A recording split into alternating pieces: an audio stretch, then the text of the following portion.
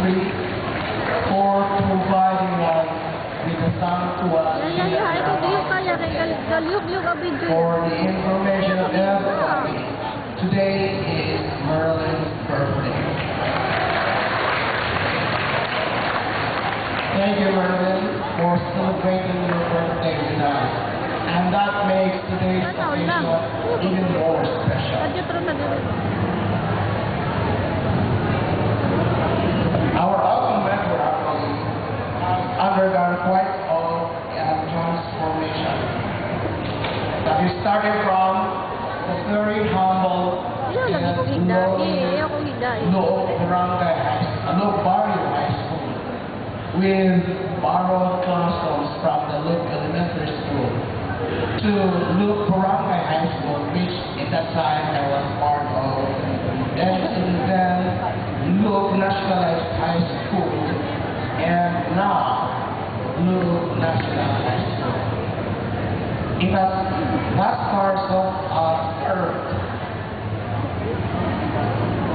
so well that it is very instrumental in transforming the lives of many, ourselves included. Of course, this great institution will continue to serve and transform to better the lives of the future generation. We know that Loob National High School is now on its 46th year of existence.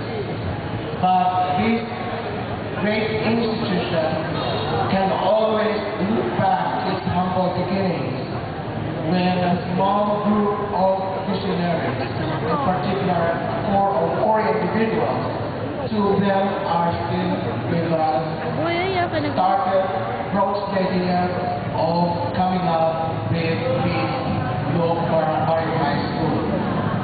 So two of these great visionaries are still living with us.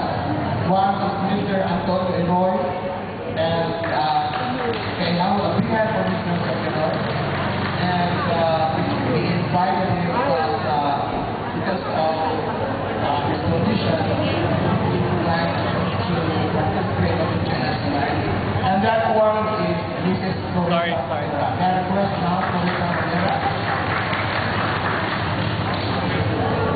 Thank you, ma'am.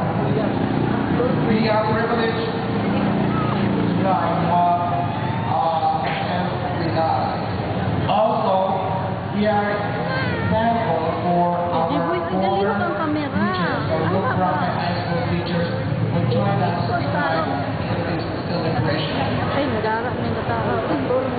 Now, if you are a member or if you want a teacher of Loob Barangay, Loob Barrio, Loob National High School, please stand to be recognized.